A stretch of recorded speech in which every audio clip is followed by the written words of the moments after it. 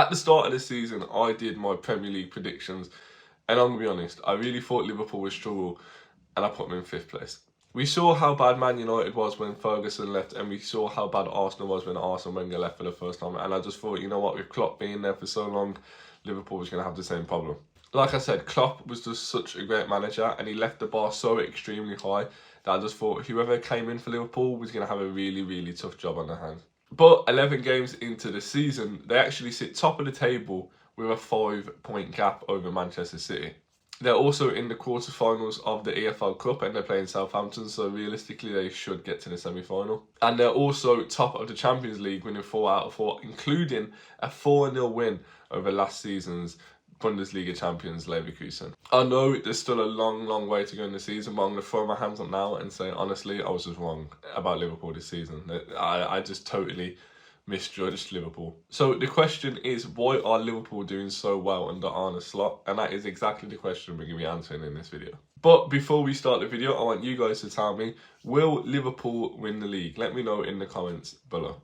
I've changed my opinion. I'm just going to be honest. I think Liverpool are going to win it now. I just can't see anyone catching them. So first of all, let's just take a look into the background of Arne Slot, because I'm going to be honest, before we joined Liverpool, I hadn't heard of the guy. So Slot actually started his career at Camber, where he took them from 14th to 3rd place in the Dutch 2nd division. He even managed to reach the semi-finals of the Dutch Cup, beating Ajax, before losing to AZ Alkmaar on penalties in the semi-final. And you know what, talking about AZ Alkmaar, at the end of that season, Slot joined AZ on as an assistant manager, and he finished 3rd and 4th place in the 2 seasons that he spent there, and they ended up also losing in the final of a Dutch Cup to Feyenoord. And at the end of that season, he was actually appointed full-time manager of Alkmaar, but this is when COVID hit, nothing kind of happened really, you know, the season got cancelled, so, you know, kind of a little bit of a stale situation for him in this point.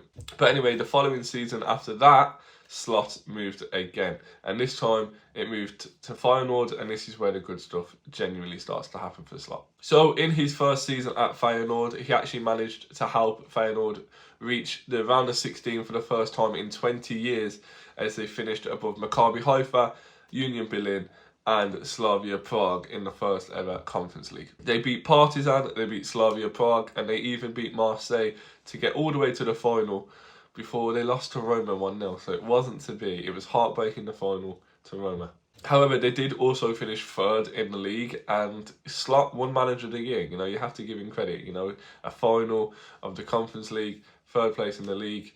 He probably deserved it. The 2022-23 season was another great one, as they finished top of the Europa League group this time, ahead of Midtjylland, which I'll probably absolutely butcher that name, Sturm Graz and Lazio. In the round of 16, they absolutely battered Shakhtar 7-1 on aggregate, but it was Roma again who caused so much heartbreak for Feyenoord, as they were knocked out in the quarterfinals. And it was even more heartbreak in the cup, because they actually lost in the semi-finals of the Dutch Cup to Ajax. However, it wasn't all doom and gloom, because they actually won the league that season. They finished as champions, and Slot won Manager of the Year again for 2 seasons running. Now, last season was another successful one for Slot and Feyenoord, because they won the Dutch Cup and they also finished 2nd in the league. And I know you're going to say, well, they didn't win it, but PSV were very, very good last season, so you have to give credit to PSV. But yeah, another successful season for Slot and Feyenoord. Now, Slot, of course, joined Liverpool in the summer, and he's been absolutely taking the league by storm, let's be honest about that. Slot has managed 17 games in all competitions,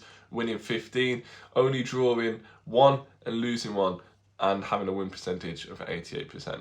And when you look at his win percentage in general, it's actually pretty impressive across the board. He managed 61% at Camber and 55% at Alkmaar, but he did kind of have short stints playing less than like 60 games for each team. Even at Feyenoord, where he managed 150 games, he still got 65% win rate. So again, very, very impressive numbers. So we took a little look into the background of Arne Slot, but what exactly has he done for Liverpool so far? Well, the first thing he's done is make him very, very solid at the back. Liverpool's attackers are always going to get the credit because that's just how the way it works in football. Defenders don't get any credit really. It's always the attackers. But Liverpool have actually conceded the least amount of goals in the league this season with 6, and they've also kept 6 clean sheets. Now, the reason Liverpool have been so good at the back, or one of the main reasons, is Virgil van Dijk looks absolutely unreal. Again, he looks like his true self. And I have to give credit to Konate, because Konate as well this season has been so solid. They've definitely been the best centre-back pairing so far in the league this season. That's just my opinion. And I think, you know, that's the reason why they've also faced the least amount of shots on target in the league. So, you know, Alisson's loving life because he doesn't have to do anything. And you know what, we might as well talk about the rest of the players because Slot has done an amazing job of getting them both out of the players. Trent, Salah and Van Dijk are all out of contract in the summer. Now, usually with most teams, this causes a little bit of talking in the media, you know, a little bit of a stir.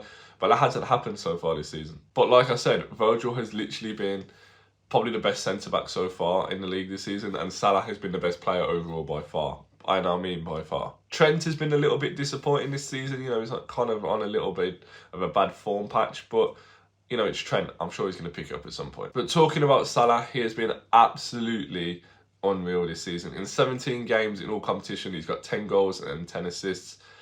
And the man is on fire. Literally, he's on the form of his life right now. But it's not just Salah, because the rest of the attacking players at the top as well have been just as deadly. I mean, look, Gakpo's got 6 goals, 2 assists. Jota's got 4 goals, 3 assists. Nunez has got 3 goals, 2 assists. But other than Salah, the main standout attacker has been Luis Diaz. Diaz has scored 9 goals and got 2 assists, and he's another key part of why Liverpool have scored so many goals this season. And, you know, his second half hat-trick against Leverkusen, as a neutral, to watch that was totally unreal. He was on smoke that game. Liverpool's defence and attack has been so deadly this season, and that is the reason why they sit top of the league with a 15 goal difference. The question is, though, can it really continue? As you can see, Liverpool's next 5 games are really, really tricky, but I'm not lying when I say to you, I genuinely think they can win all 5 games. Real Madrid just haven't been, you know, Madrid this season, I guess, and buying Mbappe, I think, was a real mistake for them. Man City have gone through a little bit of a bad patch. Now, we all know Man City's going to pick it up at some point, because